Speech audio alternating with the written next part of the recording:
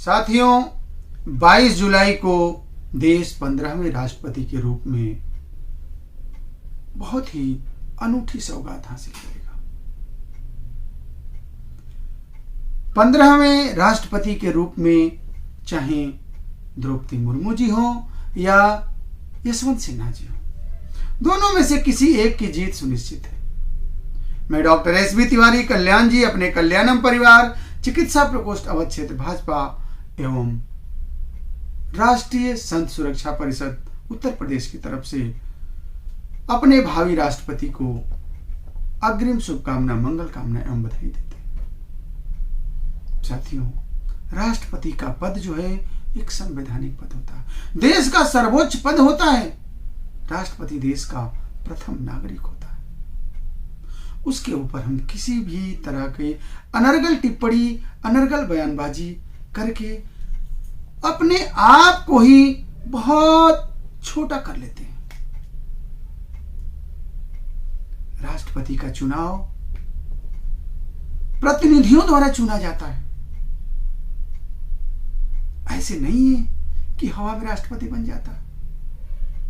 और कुछ राजनेताओं द्वारा आदरणीय द्रौपदी मुर्मू जी के ऊपर जो है इस तरह के बयानबाजी करना कि मूर्ति के रूप में हम राष्ट्रपति नहीं देखना चाहते। बिहार के नेताजी हैं आदरणीय लालू प्रसाद यादव जी के बेटे तेजस्वी यादव जी, जिन्होंने कहा है कि द्रौपदी मुर्मू जी एक मूर्ति के रूप में राष्ट्रपति बनेंगे। तेजस्वी जी, मैं आपको एक बहुत ही नेक सलाह देना चाहूंगा। अपने संघर्षों से मेहनत करने के बाद जब आदमी शीर्ष पर पहुंचता है, उसमें और एक जो है बनी बनाई विरासत मिल जाना और कुछ भी किसी को बोल देना, अरे आप कैसे कह सकते, कैसे आपने कह दिया मूर्ति। अरे कहने से पहले आपको सोचना चाहिए कि आदरणीय द्रौपदी मुर्मू जी का जो बैकग्राउंड, जो संघर्षों की कहानी, अरे हम तो कह रहे हैं आपको कुछ सीखना चाहिए। एक ऐसे जगह पे पैदा होकर के और कितना संघर्ष किया है इन्होंने। एक महिला होकर के कितनी परेशानियां झेलते झेलते उन्होंने पढ़ाई की। पढ़ाई के बाद जो है नौकरी किया, दो बार नौकरी किया। इसके बाद जो है जनप्रतिनिधि के रूप में दो बार जो है चुनी गई। मंत्रिमंडल में दो बार सफलतापूर्वक उन्होंने अपना कार्यकाल पूरा किया। राज्यपाल के रूप में 5 साल तक उन्होंने अपना कार्यकाल पूरा किया। ऐसे व्यक्ति को आप मूर्ति कह रहे। मेरे भाई, जरा कहने से पहले सोच लिए होते।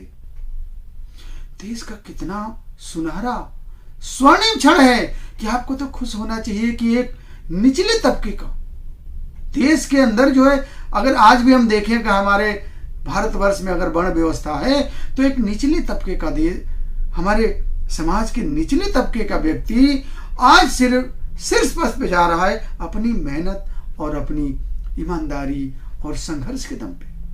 ऐसे व्यक्ति को आप इस तरह की बात कर रहे हैं। निश्चित रूप से तेजस्वी जी, आपको कहीं ना कहीं अभी बहुत कुछ सीखने की जरूरत है।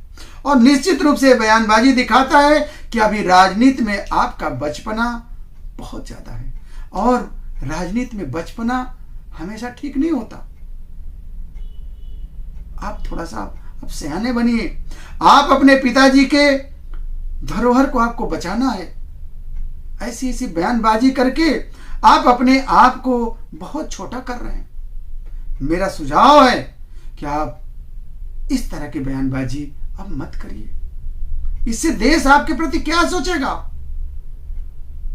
निश्चित रूप से हम तो यही कहेंगे कि भारतीय जनता पार्टी का दिल कितना बड़ा है कि एक ऐसे व्यक्ति को जो समाज का सबसे निचले स्तर की नुमाइंदगी करती हो और उस व्यक्ति को शीर्षस्थ पद के लिए नॉमिनेट किया है।